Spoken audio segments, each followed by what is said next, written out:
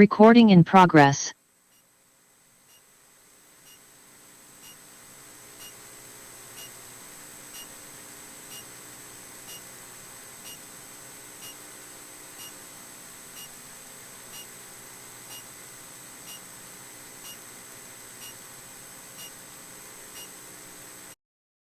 Fellow state troopers. Read a statement.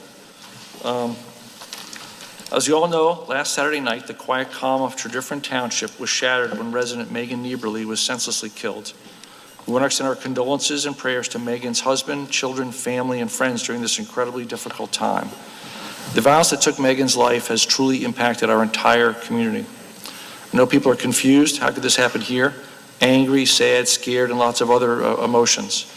While we are blessed to live in a township that is remarkably safe and generally free from violence, we're not immune from tragedy and heartbreak.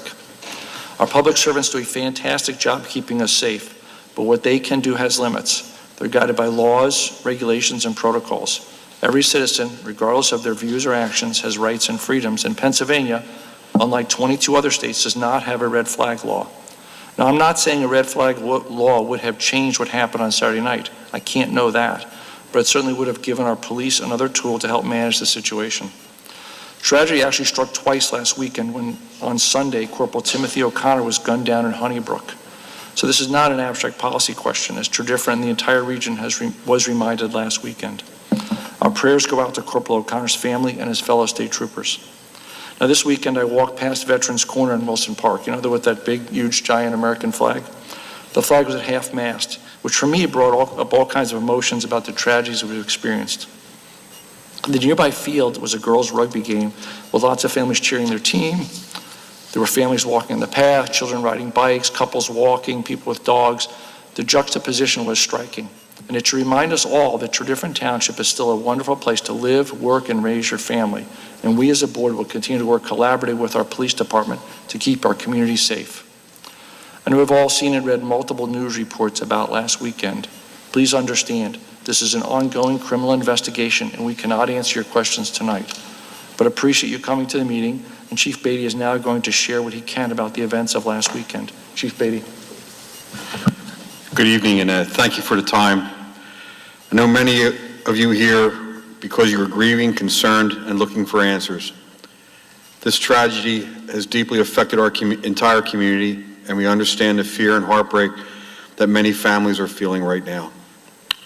My goal tonight is to share a little of what we know and provide some context for questions that we are hearing. I must start by saying our thoughts and prayers are with Meg Nieberle, her husband Gary, children, family, and friends during this incredibly different time. We understand that this crime has deeply shaken members of our community and caused fear and concern among residents. The senseless violence that took Meg's life has left a heartbreaking loss, not only for those who loved her most, but for our entire community. As we continue to seek justice for Meg, we remain committed to working together to strengthen the safety of our community and support the first responders who serve it every day. We will continue advocating for laws, resources, and procedures that help protect both the residents and the officers who work tirelessly to keep our neighborhoods safe. I personally pledge to work with our local legislators and community partners to pursue meaningful solutions in Meg's honor, supporting the Nieberle family, strengthening our community, ensuring our officers have the tools they need to serve safely. Let me walk you through a brief synopsis of what we know about last Saturday evening. At about 8:30 that night, officers responded to a call from Steve John, who was in the Paoli section of Tredyffrin Township. When officers arrived, John told them he believed someone was following him. John advised that he did have a handgun and that it was registered to him in his truck, and he did have a valid permit carry, which officers confirmed. The officers offered several times to get assistance for John, and eventually John agreed to follow the officers in his vehicle to Paoli Hospital to speak with a mental health professional. Once they arrived at the hospital, officers continued to speak with John in an attempt to convince him to seek further assistance from that mental health professional in the hospital. John declined and left the hospital lot in his truck at approximately 9:15 p.m. At about 10:45, Meg Nieberle was driving home after spending an evening with friends. Based on our investigation, we believe John approached the intersection of Contention Lane and Old State Road in his truck and shot Meg while she was in her car. Police and Berwyn paramedics arrived quickly and began providing aid. As officers investigated, evidence led them to identify Steve John as a likely suspect. Working with the Chester County District Attorney's Office, investigators obtained search warrants and developed probable cause to make an arrest. The defendant is currently being held without bail at the Chester County Prison. A preliminary hearing is scheduled for Monday, March 23rd. As this case moves through the court system, the District Attorney's Office will lead this prosecution. I want to thank the members of our community who provided videos and information that helped investigators piece together what happened. Your willingness to step up made a real difference. We are especially grateful to the two Good Samaritans who stopped that evening to assist Meg until police arrived and the Berwyn paramedics arrived. Investigations like this require gathering evidence, reviewing video, interviewing witnesses, and working with the prosecutors to establish probable cause. Our officers worked closely with the District Attorney's Office to make sure that this case was built carefully and correctly before making the arrest. As this case is pending in Chester County court system, I am limited tonight in what I can further discuss as to the specifics of the pending criminal prosecution for this devastating crime. Questions about firearm laws and policy are ultimately determined by legislators at the state and federal levels. Our role as law enforcement is to enforce the laws as they exist and to investigate crimes thoroughly when they occur. That said, when tragedies like this happen, it often leads to important conversations about how we can strengthen public policy, improve crisis intervention, and ensure officers and communities have the tools that they need to prevent violence whenever possible. I understand why this is so concerning, and it speaks to us as a community about how much we care about safety. Right now, the most important thing is respecting the family's privacy and continuing to support one another as a community. Opportunities to support the family will be shared through community organizations, coworkers, and friends into the future. Before we finish tonight, I want to say something important. This was a senseless act of violence that has left the family grieving and a community shaken. But I've seen something powerful over the last several days. Neighbors stepping forward with information, Good Samaritans stopping to help, and a community that refuses to look the other way. That is who we are. Our department is committed to seeking justice for Meg, continuing to work with our community to keep our neighborhoods safe, and advocating for meaningful legislation. Thank you for staying together as a community during this difficult time. Thank you for your time, Mr. Miller. Thank you, Chief Beatty. And now I'd like to ask everyone for a moment of silence from Megan Nieberle.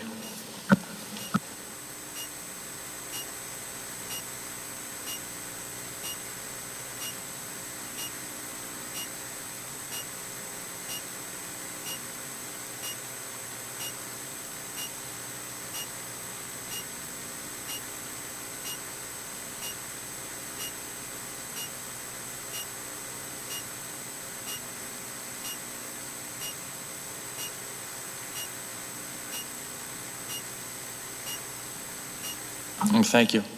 If there's anyone here who has comments or anything else they'd like to share on this particular topic, please feel free to come forward to the microphone. And then if there's other business, we'll take that at the end of the meeting like we normally do, but I think this topic we want to cover now. Yeah, thank you. Yeah, I happen to be on that road and live in that neighborhood, and I'm very concerned about the lack of communication. There was no shelter-in-place order given. That man walked around. His relative turned him in.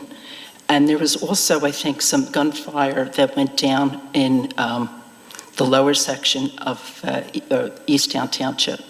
So I think his neighbors were very concerned about that. And I think the tragedy was preventable because he could have been 302'd. I mean, he was armed, he was dangerous. Megan didn't have anything, nothing, no resources to protect her. Police have training. They have tactical gear. They've got a gun. She had nothing.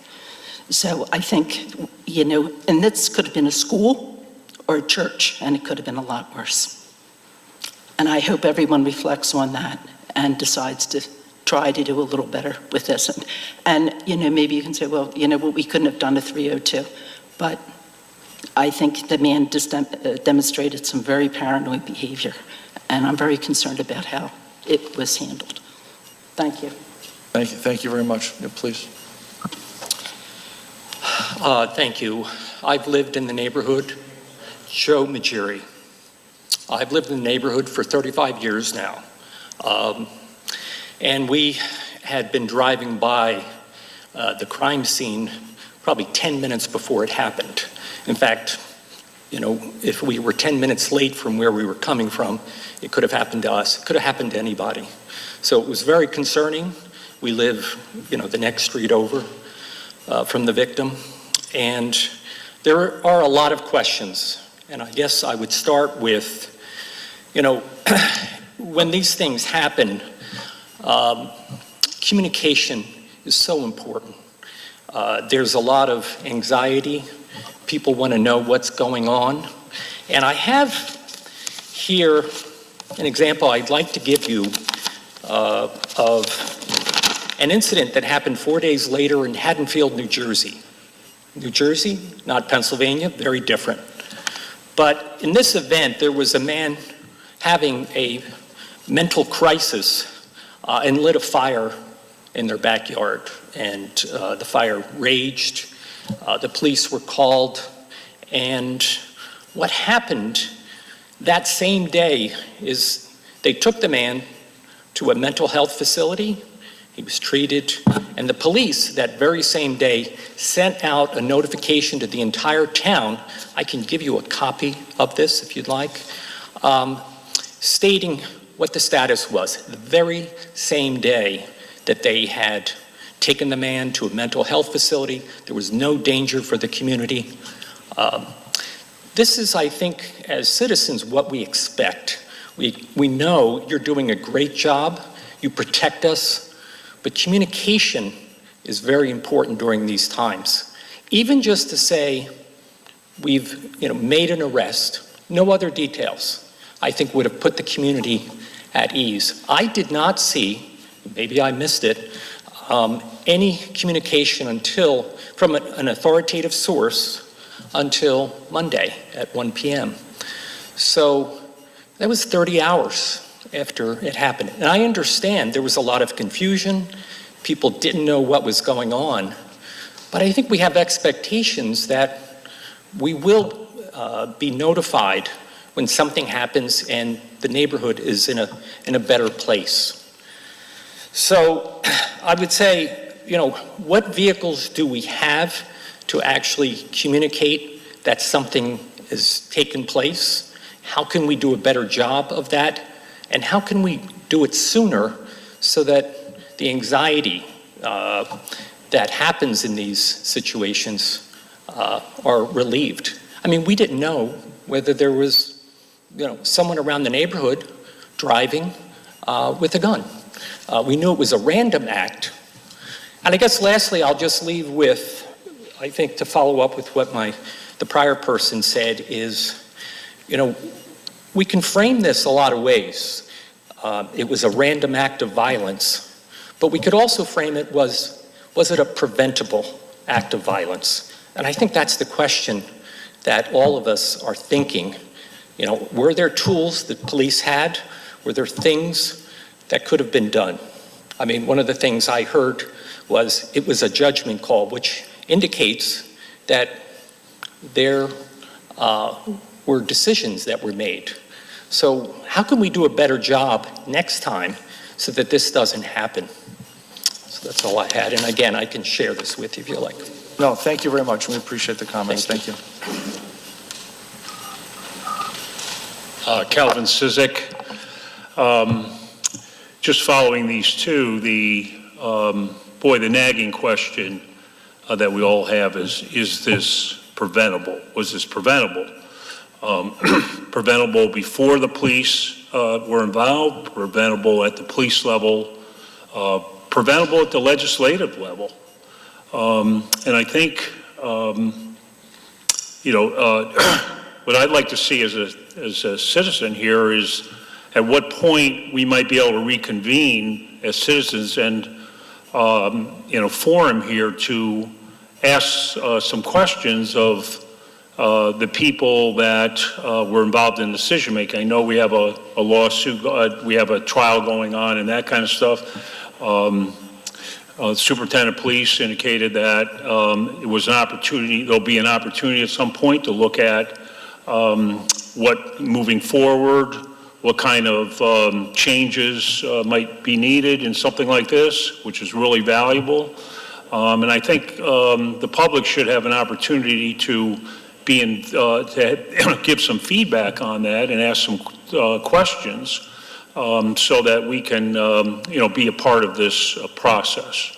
So I'd ask the supervisors to consider at some future date whether we could reconvene a forum down the road to invite, all the parties involved, including our legislators, because it could be an issue of, the law and, the very nagging question of how somebody who has such, obvious mental health issues is allowed to have a permit for a gun. And I think that's a question that we need to ask our legislators about and look at this whole 302 at that level. So I'm not sure, we're not looking for blame, we're just looking for understanding. Thank you. No, thank you. I appreciate all the comments. Mr. Chairman, we have a virtual comment. Wait, is there anything else in person before we go to virtual comments? Sure.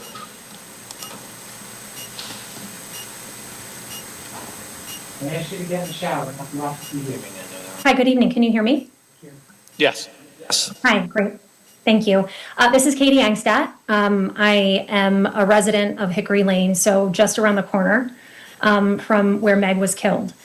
And I had sent an email last week to the Board of Supervisors and had received a call back from an officer regarding some of my questions, but wanted to come to the conversation today. And I appreciate so much the opportunity to be able to ask my question across this group. But really, I know there's so many questions and so much concern and heartache and devastation right now. And I think the question that I have is really around what the first commenter shared, which is this gap in time when there was no notification to our community that there was imminent danger.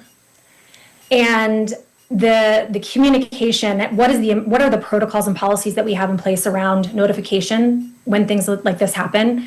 Granted, there's always more information than we probably have because it's an ongoing case, but from what we've understood is that there was someone in our community who was very dangerous, armed for 6 or 7 hours, and we were not notified.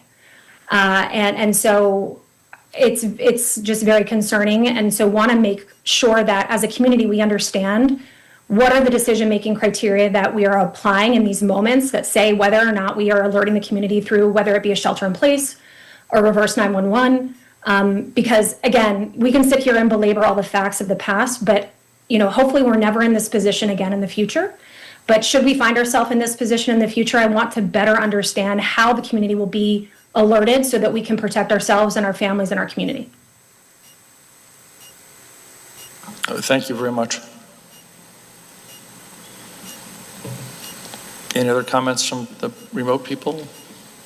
Anybody comments here?